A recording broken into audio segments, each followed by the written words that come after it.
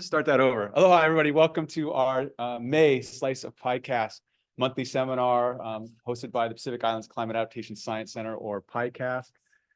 I'm Brad Romine. I'm the Deputy Director of the PI-CASC University Consortium. This Slice of PI-CASC seminar series is a venue for sharing state-of-the-art climate adaptation research and science management applications for Hawaii and the U.S. affiliated Pacific Islands and beyond. For those of you joining us in person, please do help yourself to some lunch in the back. And as usual, keeping with our Slice of PI-CASC theme, Rachel's provided a pie for us at the end. So thank you, Rachel, again for doing that.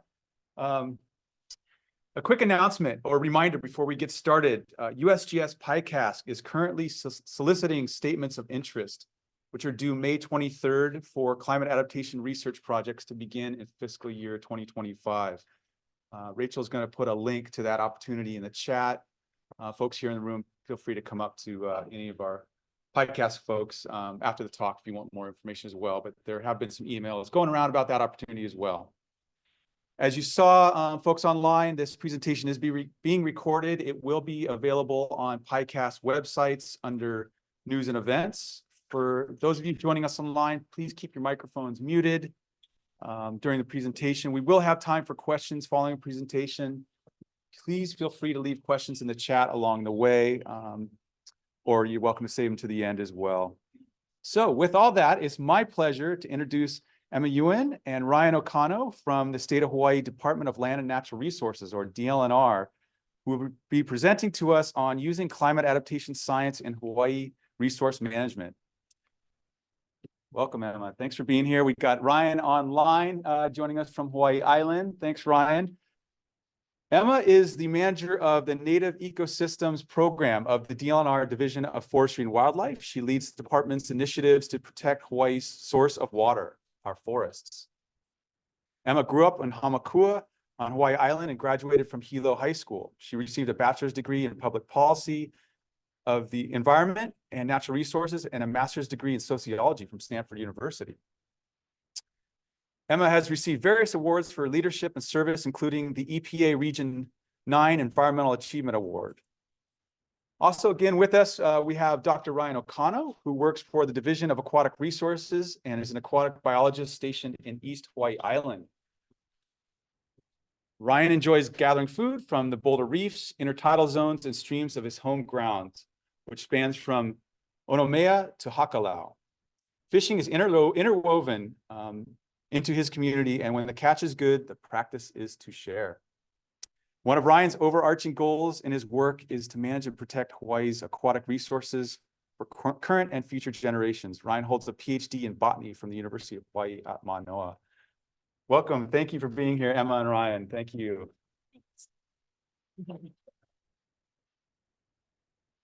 That's really exciting to hear that Ryan is also from Hamakua. We both hail from pretty much maybe 5 miles away, so that's amazing.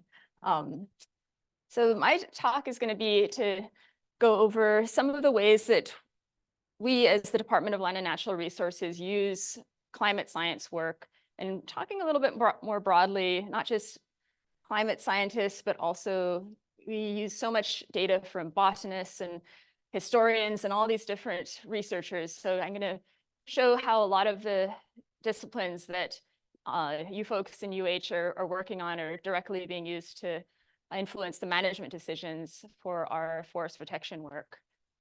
And then give some tips about how your work could potentially even be more helpful to us and how you can directly collaborate with us. I'm with the Department of Land and Natural Resources, and we have a really broad kuleana. I'm part of the Division of Forestry and Wildlife. We actually oversee 25% of the entire state land. So it's amazing to work for such an organization that has direct impact on the management decisions of some of our most important watersheds and coastal areas and marine areas. And we actually have an even broader impact because we work with federal agencies and private landowners through the Watershed Partnership Program that spans about 2 million acres of the state. So this enormous breadth of partnerships and ability to directly work on these lands. just to give you kind of an overview of where we're at really quickly on our protection effort, we often measure this by how many areas across the state are managed to protect from hooved animals. So that's measured by our fenced units. And you can see, sadly, we only have about 1/3 of our native ecosystems remaining in the state. And of our entire land cover, only about 5% is still native forest and actually fenced and protected. And that's indicated in the blue areas that you can see on the map. So we're just scrambling to really protect what was left and reduce the continued loss of our native forests and other ecosystems. And so we really need your help to contribute to this work. And this type of work requires a lot of funding. And one of the main ways that we use climate science data is to then communicate to legislators or federal grantors and other folks that provide us funding or our partners funding about the reasons to protect our forests. And a lot of those reasons are very practical, but they also span a whole range of reasons. So in this talk, I'm going to give you a really quick overview of how we're using some of the data on why these forest protection efforts increase our fresh water supplies, reduce erosion and flooding, protect our endangered species, sequester carbon.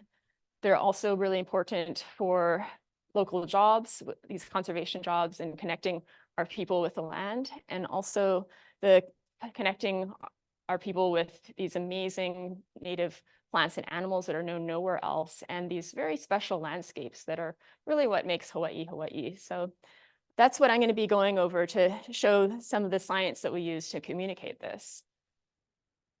A lot of the work that we do in Hawaii is to protect. A lot of the focus that we have in forest protection is actually for water recharge, because there's been so much data generated on how our forests, because of their ferns and mosses and all the amazing surface area that a forest has, collecting the cloud water can really increase infiltration. And so basically, without these forests, there's been a lot of data showing the loss of our ability to recharge our underwater aquifers. So I really want to shout out to some of the people I actually see on the call, like Dr. Mayer and others, Tom Jibaluka, Yin Fan Singh, John DeLay, who are doing a lot of formative baseline work to measure how our forests directly do contribute to water recharge. And this is a very complicated question because it requires evapotranspiration and all these different inputs to come out with these modeled estimates of how much our forests are increasing our water supplies. But that's really some of the foundation of why our forest protection efforts are actually funded and supported from a lot of our federal grants. So it really directly helps us to know this type of information. And just there's so much to go over, but one of the tools that was really useful that just recently came online is this portal that EKVI has provided that can show the land cover changes scenarios where if you protect a forest and keep it in a forested land cover, you can then compare the recharge for other scenarios, like if it turns to alien forests or bare ground or grasses, and the difference. And when we're proposing a grant, for instance, for a fence unit, and we have a particular polygon that we want to protect, it's really powerful to be able to have the metrics to quantify this many million gallons a day are estimated to be increased by protecting that forest or restoring that area. So this kind of data is just so important to us, and we've used it on many of our grant applications and our communications to folks. Leah Bremer's work, she's done a lot of work on groundwater recharge. This is one of her papers that I've just copied in that shows the different scenarios of groundwater recharge. And so again, just being able to quantify this type of work is the type of impacts that forest protection has is so important. And I did want to shout out to the UHERO as well, the economic research organization, because what they did, which was, Kim Burnett and Leah Bremer and Chris Wada guys, they actually then took their studies and created a nice little literature review that's bullet points on what their studies have shown for not only recharge, but also how that translates to saving the water utilities money. And so this is even more user-friendly for someone like me or the legislature, because then we can just take that summary and have it, these bullet points and talking points available. So really wanted to just thank them and show an example of how researchers have kind of gone the extra step to make sure that their research is actually usable for a different audience that is not going to read the entire paper. Going now to flooding and erosion, these is another real large and important emphasis that we're putting on forest protection, because there's so much disaster-related funding now that it's really great to have data on how our forests actually infiltrate water faster and reduce flooding. And so just to share something that Sarah Rosa did in one of her UH publications, she studied the south slope of Molokai and did a analysis of different land cover scenarios, showing that the top 10 peak floods would increase by about over 42% in volume if these land covers were converted from forests to grasses or bare land. So that's then something that is also repeated in one of Lucas Fortini's papers that he's provided, that basically show that when you have a ungulate damaged area with all these other climate and soil and that sort of things remaining constant, you have a 234% increase in infiltration rates, which is how fast the water is infiltrates into the ground and thus not flooded. And so as opposed to if you have it damaged by ungulates, that rate just dramatically slows down. And so that means that there's so much more flooding. I do want to poke a little fun at him, though, that this is not the best and the easiest way that we can, these types of graphs are not the easiest way that we can communicate to legislators or other folks that are potential users of this data. So again, making sure that we turn these products into talking points or nice visuals is something that's is more useful to us. And then another thing that, for what we often do as managers who are trying to communicate this, we then will make little icons and try to show in our presentations how bare soil, for instance, in this case, is so much less it's so much slower at infiltration of water than grasses or shrubs and trees. This is work that Kim Perkins did. And then we kind of, I don't want to call it dumb it down, but kind of make it more easy to communicate by trying to, again, show these little graphics. And then there's this amazing work that Jonathan Stock, who used to be at USGS, did that showed how even soil is so much less quick to infiltrate when it's been burned, because it becomes very hydrophobic. And so just these types of studies really show how terrible wildfires are, because basically they turn a forest from vegetated to bare ground that's also burnt. We know in the studies the differences in infiltration rates between these different land covers. I've never found a study that actually does the comparison between a forest and burn ground to really see whether it's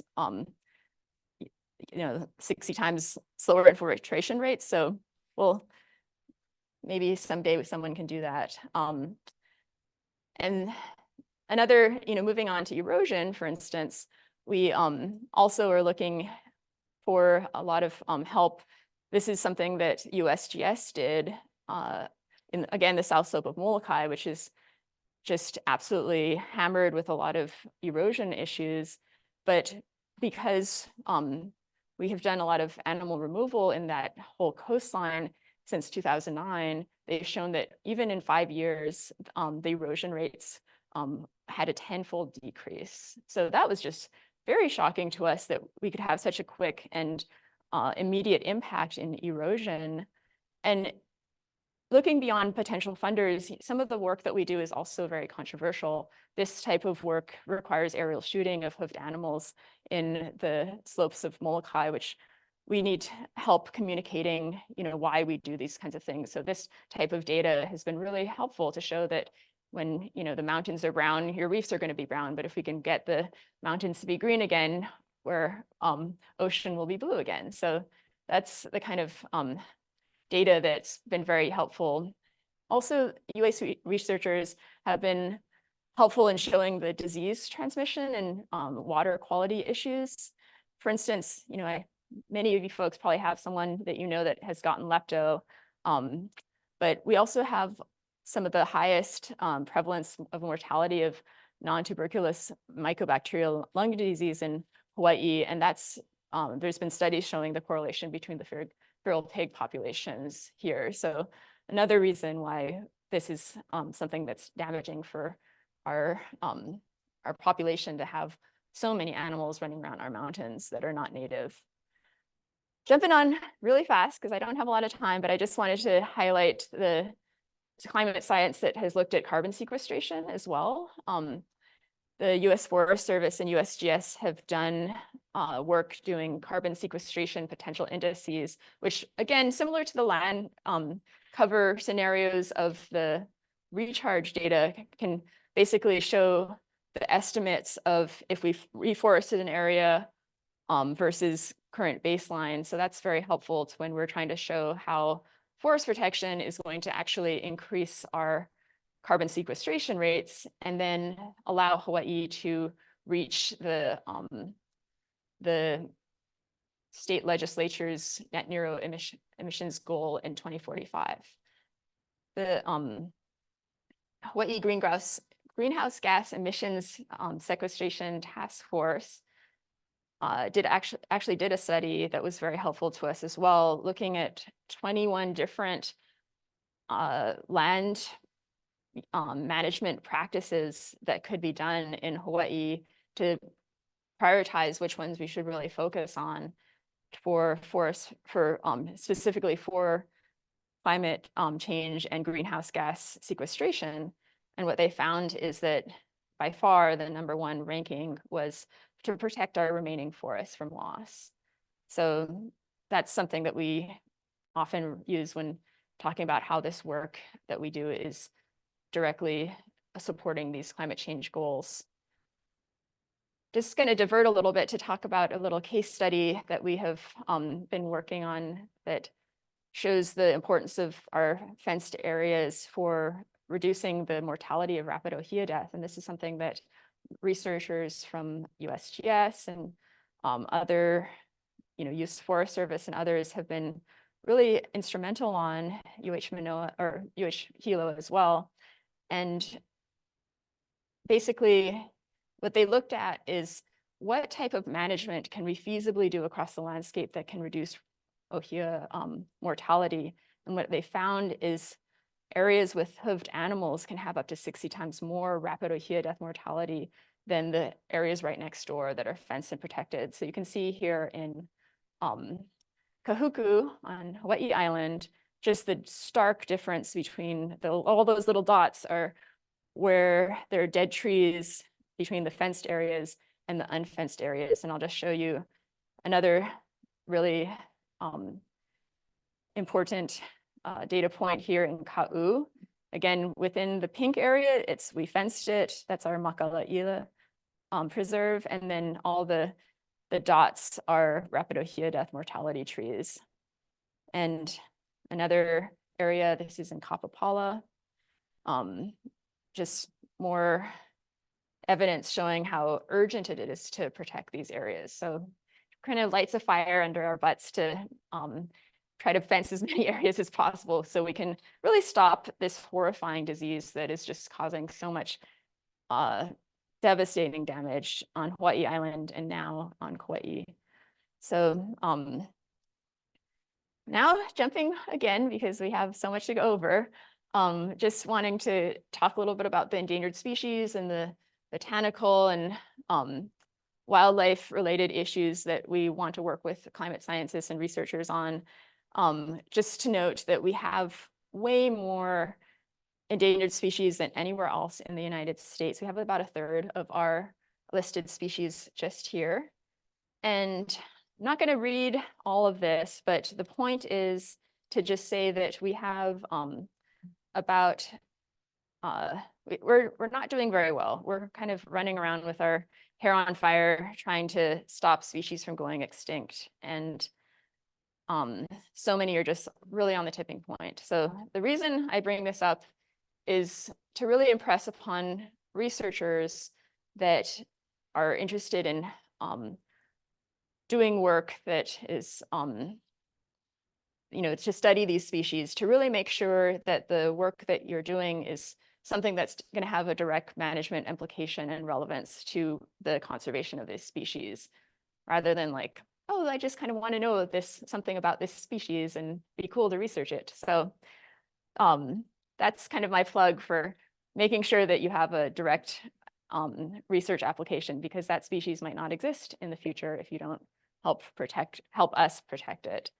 And I'd also want to just make the point that we as the department run a lot of the main endangered species work, and we have very limited capacity. There's literally just like one person doing, managing many dozens of species, for instance. So we only are able to even like look at a third of our endangered plants per year. That's how little help or capacity that we have. And we have, for instance, a single land lab containing basically many dozens of land snail species that have gone extinct in the wild. So it's very important that you work with our managers again to make sure that the research that you folks do is going to help answer the very important questions that we have. Just wanted to quickly go over some of the cultural and social science relevance that we work with researchers and folks like ethnographers that document the traditional olelo or any sorts of practices that tie our people with forest conservation has been really helpful too, because that's very inspiring to folks and also helps us gain richness in our understanding of what we do and why we're doing this. And even, from the historian side of things, there's just such a rich history in Hawaii about the loss of our forests in the 1800s, and due to fires and hoofed animals and timber, and then the connection that had with our streams drying up and our wells drying up, and then leading to our large agricultural interests in the late 1800s lobbying to protect our forests to maintain water supplies. And so back then there was such that direct correlation that we became the first forestry agency in the entire nation to be established. And about half of the land was set aside as forest reserves back then. And we created all these fences and basically did very similar things to what we're doing now. And that history is really interesting, and I think could be shared more and researched more. So there's really a place for all sorts of disciplines beyond climate science to really help inform the work that we do. And this then ties into what all these researchers should really think about, which is finding ways to translate the results of their studies and into outreach products like what forums are you going to use to communicate the work that you do beyond that research paper? Are you going to attend legislative briefings? Are you going to talk to the media? Are you going to bring this to the classroom or find some other way to share the data that you're creating, or at least to make sure that people like me and others that are managers of these areas and are responsible for communicating the importance of protection know about the data that you have created, and hopefully help us then communicate it ourselves. So something that we have developed that really wanted to make sure that is really important to share is that we have a website that's just lists all of the potential research topics. Like this is just, a screenshot from it that we are looking at for help from potential researchers. So it's organized, and just want to make sure everyone has that link if you are interested in doing research that directly helps us. We have this data source available for you, and hopefully I can help connect folks, or you can be connected with a manager that will use the data. So I'm going to end with a few tips interfacing with managers if you are a scientist or a researcher, and just reminders that managers are really busy. So oftentimes, if you come up to them and have this research topic that you're interested in working with them on, they're going to have two responses. They're either going to ignore you, or they're going to say, yeah, that's good. Okay, go forward. And if I was a researcher, I would not settle for just a generic, okay, that sounds nice, go ahead and do this research, because I think that's a bit passive, and a manager really needs to articulate how specifically they're going to actually use the data. And, basically answer the question, if we get this data, our management will change by blank. It's also important to delve in with the manager about why the results of your study might not be used. For instance, it could be as simple as, like, let's say you have a very direct management implication studies, like you are going to look at different types of rat traps and see which ones work better and compare the two, which sounds perfect, the kind of stuff we definitely need help with. But turns out one of your traps the models is something that is made only in New Zealand and cannot be exported for some reason to Hawaii. Those kinds of things could just tank, the results of your study. So make sure that you kind of really do a lot of research to make sure to understand why potential pitfalls that might not mean that your study is actually used before embarking on it. And one red flag that's not necessarily always bad, but could be a problem, is if the manager themselves is not willing to pay for the study, because it is an indicator that they think your work is useful if they put a little skin in the game. So might be another reason to, if that's the case, either try to change what you're doing or delve into the reasons why it could be beneficial otherwise. But that's what I wanted to share with you folks today. Thank you so much, and I'm excited to hear what Ryan has to say.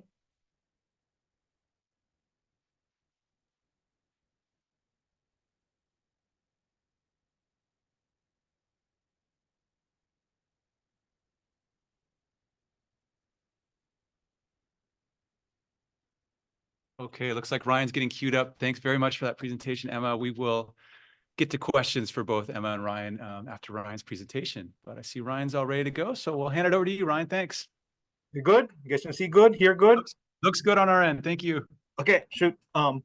Yeah. Today I'm going to be talking a little bit about our management approach in facing climate change, but also I'm going to touch upon some of the science we use and ways that you guys can help. So I'm just kind of dig into it and kind of set up this so I can see stuff. Okay, let's see. Okay. So Division of Aquatic Resources, we are a state agency that falls under the Department of Land and Natural Resources. The mission of the Division of Aquatic Resources is to work with the people of Hawaii to manage, conserve, and restore the state's unique aquatic resources and ecosystems for present and future generations. The one part I wanted to highlight about this is to work with the people of Hawaii to manage, because that's kind of a lot of what I'm going to talk about today. So, we are responsible for all aquatic resources, which is the living things in the water. That includes fish, coral, limu in the ocean, but also like opu, hiwai, opai in the streams, and everything in the estuaries too. So all those aquatic animals and plants that live in all our waterways, fresh and salt, that is DAR's responsibility. And it's going I'm not gonna read off all these stats, but it's a pretty big kuleana, as you guys can see on those points below. We do a lot of things, but there are some examples of things that only we can do. So we the only ones can make rules on the take of aquatic resources, basically fishing rules. That's only us in state waters. We can do that. Special activity permits, those are like permits we hand out for people who kind of like break the rules to do their science or education and stuff like that. Like if people want to take corals to do research, then they would have to get a special activities permit. Some other things we do include monitoring, managing aquatic invasive species, restoration, and restoration being we could refer to as malco restoration. So those types of restoration is to address land-based sources of pollution, or make the water quality better. But we also do in-water restoration with corals and stuff like that too. We do artificial reefs for fisheries habitat, and we also respond to environmental damage events and just support the investigations of those. And those are just some things that we do, just to give you guys some background. So DLNR generally receives 1 to 2% or less of the state's budget. I looked this up, and maybe it was a couple years ago, so it might be dated, but the point is we don't get too much money. But I'm not here to grumble about that we don't get too much money. But the point is, we don't have all the resources to take care of the things we have to do alone. In the face of climate change and other environmental challenge, we are facilitating a resilient natural resource management framework. So what is that? Kind of just made that up for this talk, but I think so. This is what we do. A resilient natural resource management framework is getting relevant stakeholders involved in aquatic resources management, paying attention to what is important to our stakeholders, even though it might not fall in DAR's jurisdiction, fostering stewardship of aquatic resources, partnering with other government agencies and relevant organizations to manage aquatic resources. And why we do this, one of the reasons is if we have a decrease in funding or capacity, or if we need more resources or capacity, we can lean on our network of stakeholders and partners to help us out. This helps us better respond to the uncertainties and challenges of climate change. So I'm gonna dig a little bit deeper and touch upon some of our most relevant stakeholders. Fishers. These are the stakeholders that are like most impacted by the rules we make. The rules we make managing the fisheries, we're telling them when you can fish, how you can fish, how big you can fish, how big the fish you can catch, how you can catch the fish. So what we do impacts this group probably the most. It is a diverse group made of commercial, subsistence, recreational, spear, pole, net, ladies, men, young, old, all of them. Some fishers depend on what they catch to feed their families. Fishing is a job for some people and their only source of income. This group is the stakeholder group that most likely knows the most about the aquatic resources, the things we manage. And they're able to gain pride, prestige, and independence for participating in the fisheries. And as you can see from these pictures, it's obvious that these guys are happy and proud of their catch. And no matter how old or how big the catch is, still happy. Continuing on with fishers, the spaces that we have to engage them is scoping meeting, fishers working groups, and general talk story meeting. And I think so, this space to engage is a place that we have a lot of work to do and grow in this area to, facilitate more engagement or produce more spaces where we can talk to stakeholder groups. What is important to the fishermen? Fisheries as a food source, access to the fisheries, water quantity and quantity, the status of the boat ramps and docks, and their jobs in the case of commercial fishermen. The next stakeholder group I'm going to touch upon is the cultural practitioners. And I see sustenance over here. A lot of them depend on the fish to feed themselves, to sustain themselves. Some of the natural resources that DAR manages is used in ceremonies. They're also used in la'au lapa'au or medicine. In some of the cultural groups, the foundation is based on some of the organisms that we manage, like the limuhui. These gatherers use traditional methods and protocol. We see cultural practitioners kind of providing guidance in watershed restoration. And the thing that we've been working on and figuring out now is local ia of fish ponds and kind of defining those roles in aquaculture. For this, we as the managers of the aquatic resources felt there was a role for us, but we never really know what that was. So we turned to our partners like Sea Grant and KUA and asked them, how can we help? And we've come up with some pretty good ideas, and we're trying to pursue them, looking for funds and making them happen.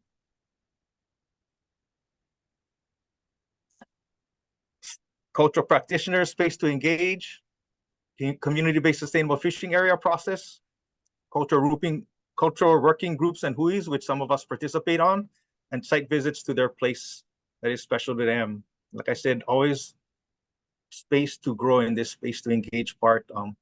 What is important to them? Fisheries as a food source, the ability to continue the practice. The natural resources need to be there for them to take to continue their practice. Access, spiritual connection, and time. And when I say time, I don't mean like their time, but the time we as natural resources spend with them to get to know them and what is important to them. One of my funnest stakeholder groups is the next generation. These kids is hungry for knowledge, but you gotta kind of approach each age group a little bit different. What is appropriate for a kindergartner is probably not appropriate for a 12th grader. They're impressionable. There are numerous opportunities to engage, but in-water field trips can be a challenge. Space to engage for the next generation, school, summer programs, and Alavaya camps. What is important to them? Fun, thrill of the catch, friends, family knowledge and practices, and potentially a career for these kids in natural resource management or science.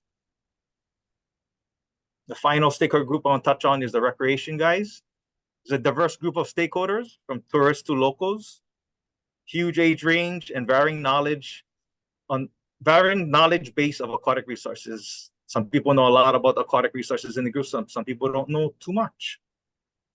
Typical activities from this group does not involve take, and it includes but not limited to people like recreational fishers. Those guys is like catch and release kind guys. Swimmers, scuba divers, snorkelers, and whale watchers. Space to engage for these guys is like pre-scoping meeting and project-based targeted engagement. Sometimes we want to know what is important to the scuba industry, for example, and we'll reach out to them directly. And of course, volunteer opportunities. What is important to this group? A good time, trail of the catch, exercise, time spent with friends and family, and the connection they make with the aquatic resources. Touch upon fostering stewardship, and this is just an example of how we try to foster stewardship with fishers and how it can be misconstrued, I guess you could say. So some stakeholders misinterpret the intent of recent fisheries management actions. Us at DAR, we want to make sure that there's enough resources to continue the practice. For example, recent fisheries management action rules avoids 100% closures. And, people participating in Hawaii's fisheries in a sustainable manner is a good way to foster stewardship. So basically, a lot of them at us at DAR feel like people that fish, people that depend on the resources, they care about the resources and they want to steward it. So that's what we want to uphold and continue. We want people to continue fishing in a sustainable, responsible manner. If we were to, shut down a place from fishing, we shut down a bait of fishing, you think so the fishermen don't care about that place? They're not going to care about that place already. Something bad happens there, like pollution or ship grounding, they wouldn't care. Because why should they? They don't have no skin in the game of that place. They cannot harvest fish from that place. They don't teach their kids on the resources of that place, because you cannot take, and it limits the amount of people that go to that place sometimes when you cannot take the resources. Other ways we try to foster stewardship is allowing stakeholders to participate in management. That picture to the left is students making coral settlement modules. This is from Mililani High School, where they partnered with our coral restoration guys, and they worked on these coral settlement modules to increase settlement. We also help limu restoration down at our station at Sand Island. We provide water, tanks, and air for community members, volunteers to come in and propagate limu. And this limu is then handed out to communities for their limu restoration events. We also try to empower stakeholders by encouraging them to participate in process and truly incorporate their input. And this is the herbivore example, and I'll touch on that a little bit later. And we also like to get stakeholders involved in management. And that kind of refers to that picture on the right, where some stakeholders told us about a weird coral that was growing in Kaneohe Bay. Under further investigation, it was found that that coral was like suspected to be introduced into the water intentionally for the aquarium trade. It being not native to Hawaii, we took it out, and the stakeholders that told us about it was there to help us out. So it was a really good story of everybody getting together to manage the resources in Kaneohe Bay. I'll be remiss to talk about our partners. Partners is super important. They help us out a lot. There's other government agencies on the federal, state, and county levels. We partner with non-government organizations, universities and colleges, communities, and even the private industry. We partner with them too. An example is how we're dealing with coral restoration in Hawaii. Coral restoration is kind of new compared to other places. So, and it's kind of scary because people are touching corals and sometimes they want to do stuff that is new and different. And, we want to make sure that they're not causing more harm than good. So for coral restoration, we have a lot of people that we lean on. This is an example. The picture is from a coral restoration symposium that was held late last year. We had over 100 participants, over 200 different organizations, and 33 presentations. And these presentations was to share knowledge and exchange knowledge. And I'd like to highlight that this symposium, we participated in putting it on, but it wasn't all us. We depend on our partners to help out. Partners from UH and the federal government helped us get this symposium going.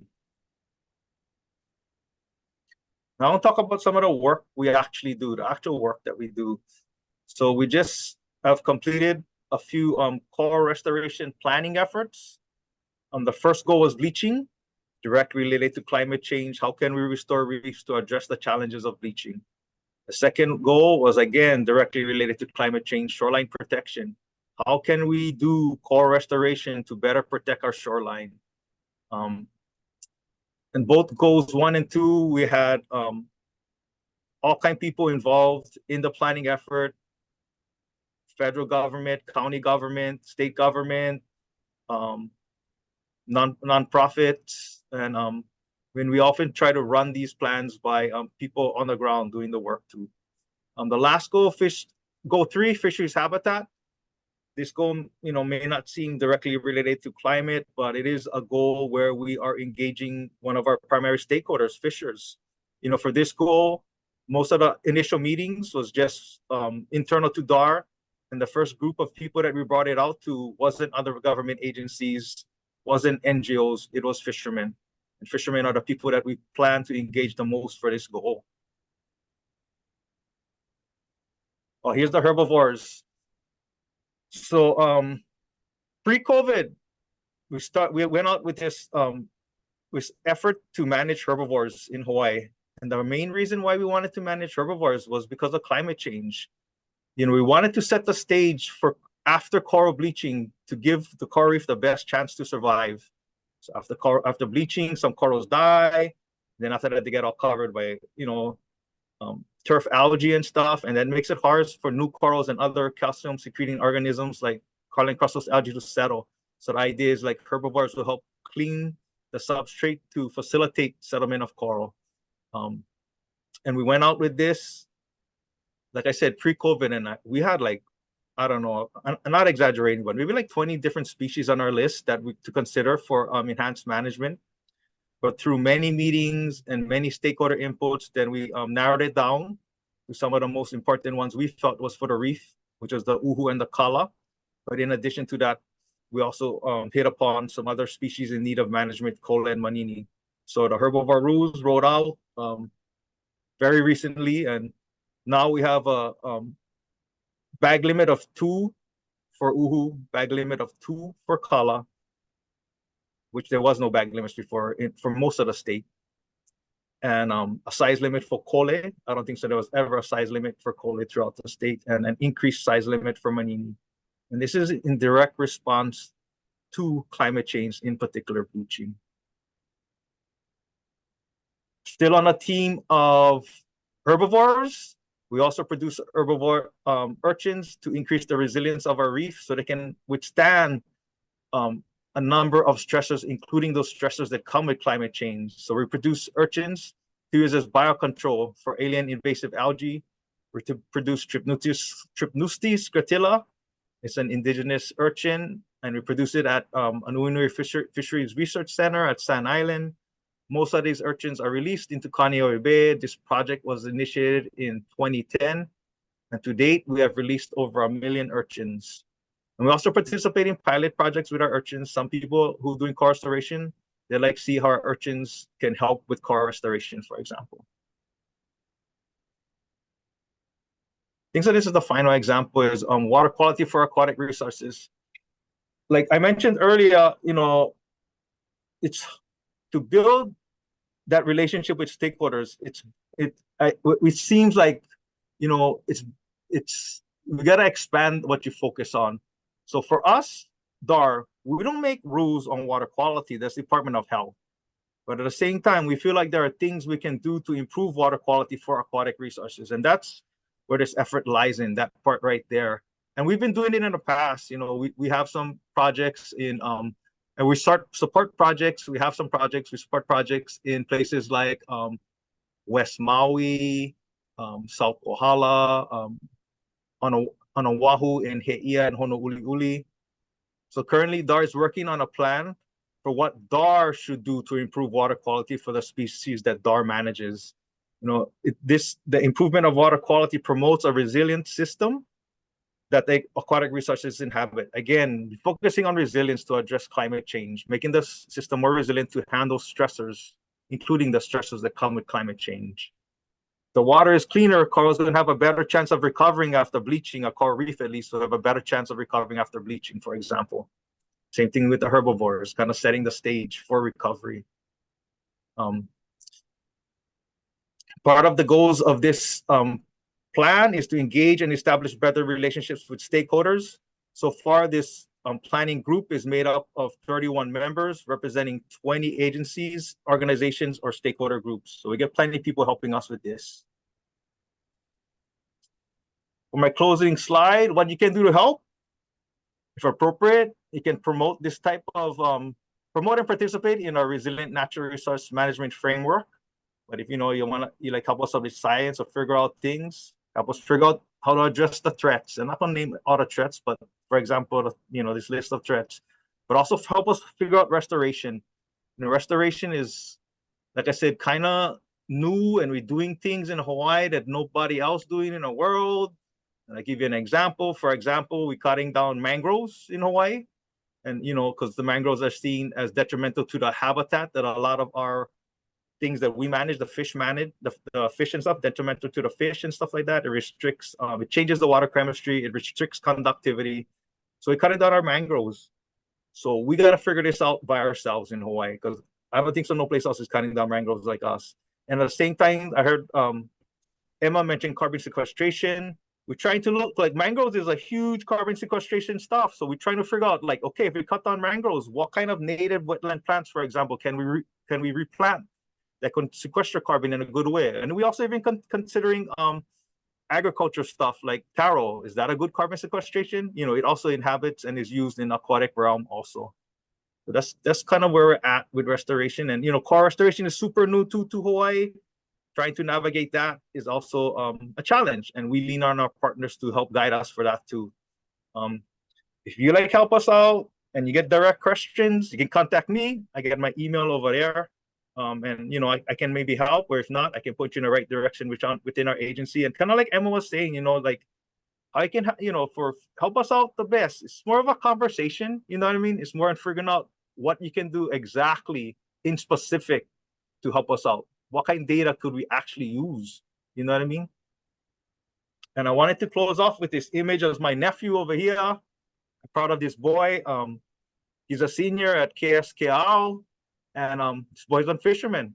And, you know, at the end of the day, what we try to do is make sure the next generation can practice the things that their family and their communities taught them how to do, and do it in a sustainable manner too. So I'll stop there and stop sharing. All right, join me in a round of applause for Ryan and Emma.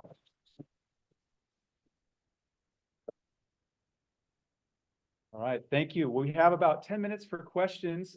Folks in the online audience, feel free to raise your virtual hand. I do see a couple questions in the chat already.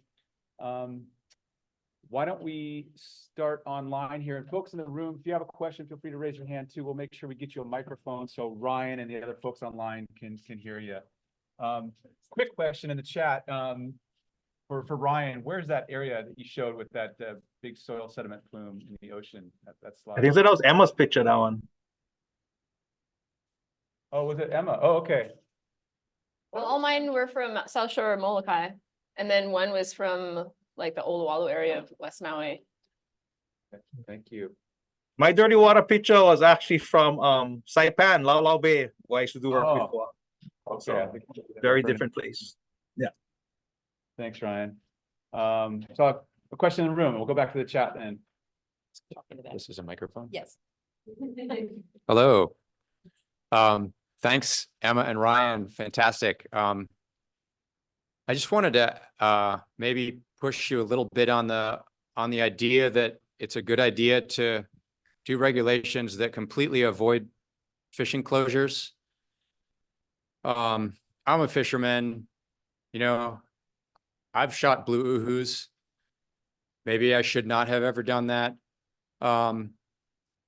But there's some real strong nonlinearities that are going on here. It only takes a couple of fishermen to take out the kind of biggest predators and, you know, the most bold, largest fishes in a system.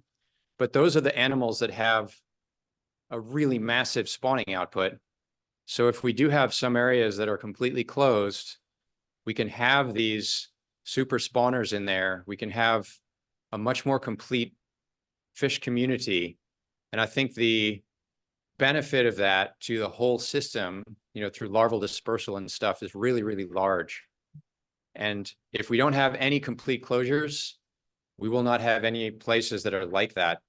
And, you know, if you travel through the main Hawaiian Islands and you go from like Waikiki that we, you know, just pound into oblivion every day, spearfishing and stuff, and you go to pretty remote places, even the remotest parts of the main Hawaiian Islands have not even remotely as much fish as places that are completely close to fishing like Palmyra or the Papahanamo Kuakea. So I guess I think that there is a role for some kind of zoning that includes the total closure as one small part of the total management system. No doubt. You know, I appreciate your comments, and you know, 100% no-take closures is definitely a tool in a toolbox. So I acknowledge that. But I think sort of point I was trying to make is like in reality, to get to a place where nobody's taking from that designated area, it takes a lot of work, more work than just making a rule. There's a lot of poaching that occurs in our closed areas, for example. So I think so to establish 100% no-take area, it'll take a lot of homework, a lot of commitment from other divisions than us, you know what I mean? And like, I'm looking at, you know, the enforcement officers, they would have to be there a lot. You'd have to have buy-in from that community that one, they're not going to fish there, and two, that they're going to help educate people who come there to no fish there. So it's a tool in a toolbox, but at times it opens itself to inequities because the people who are following the rules are like the losers, and the people who are not following the rules and poaching is like the winners. So you're kind of setting up like a scenario where the end result might not going to be good.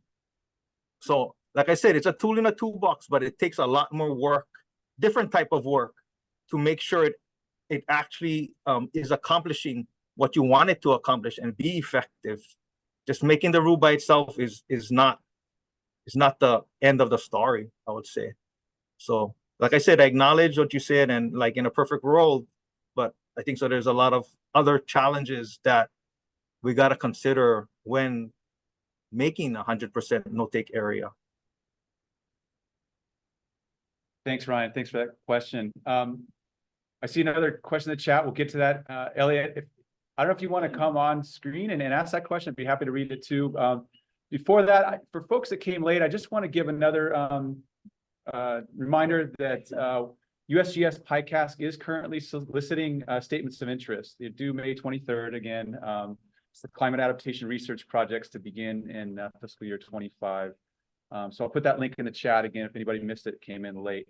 Let's go to Elliot's question. Okay, Elliot, I'll go ahead and read your question, no problem.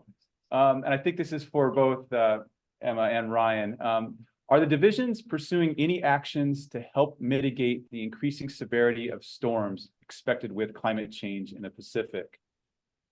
And there's a follow-up question. If you could wave your magic wand and have one question you've answered related to how climate change may impact our resources in Hawaii, what would it be? Well, let's start with the first one at least. How are the divisions you work with pursuing actions to help mitigate increasing severity of storms expected with climate change? Yeah, I guess I'll start. We can only do what's in our power, and so what's in our power is protecting our forests. As I showed in a lot of the presentations, that's going to be directly mitigating and helping us adapt to climate change through carbon sequestration, and then also through increasing water infiltration rates, which helps with the flooding, reducing erosion, which then, as Ryan mentioned, stops sediment from washing down into coral reefs and hurting, the coral bleaching issue. And so I think that our main climate adaptation action is just, to be honestly, doing what we already kind of were doing, but more of it and faster and with more urgency, because it needs to happen that much faster. And to answer Elliot's second question, I'm going to flip it a little bit to not just talk about climate science, but the magic wand that we need a lot of help with for natural resource management in general is finding out biocontrol for a lot of our invasive species. And if you can help us with that, and our research community can solve some of our problems, we have, from weeds to, the cannibal snails to Jackson chameleons to rats or whatever, that are threatening our forests, that's going to be able to allow us to then manage our natural resources so much better, and then in turn allow us to adapt to climate change that much more effectively. So that's the dream, biocontrol. Thanks, Emma. Ryan, you want to respond to one or both of those? Yeah, again, for the first question, one of the things I touched on was increasing the severity of storms. Yeah, so that shoreline, the core restoration for shoreline protection, that with the storms, they expect bigger waves, higher water levels, and building reefs to attenuate waves or make waves break offshore before they hit the regular shoreline, I guess you could say. That's one of the things we're working on. One thing that we partner on with our friends at TNC is they have reef insurance. So it's if a storm comes and has a certain wind speed, then TNC gets a payout, and TNC has worked with a number of partners, including us, to form a team to, conduct coral restoration with the funds that come in, if the reef insurance would get paid out. And as the one thing related to climate change, for me, it would be coral bleaching. If we could stop coral bleaching, that would be awesome. Yeah. Awesome. Great question, Elliot. One? Yeah. we're at the hour. Oh, Heather, do you have a quick one? I just want to make a quick statement to say thank you. And Yeah. also, Emma and Ryan brought up some opportunities where you had that website with like research needs. Mhm. Also, just want to note that's in the chat, as well as the link to the solicitation, which encourages people and managers and researchers to co-produce climate adaptation science. So if you're on this call and you saw something that you were interested in pursuing, and maybe it's on that list, you could see how it matches up to the solicitation priorities, or any other colleagues that you know. So that'd be great. I know I've chatted with Emma in the past about ways to help the state, but there's so many things. And I'm glad that climate science is being used in your decisions. So anyway, I just wanted to drop that before people All right. Yeah, disperse. I just put the link on the chat. Yeah, what a great resource. I hadn't seen Yeah. it before. Thanks, Emma. Well, another round of applause for Emma and Ryan.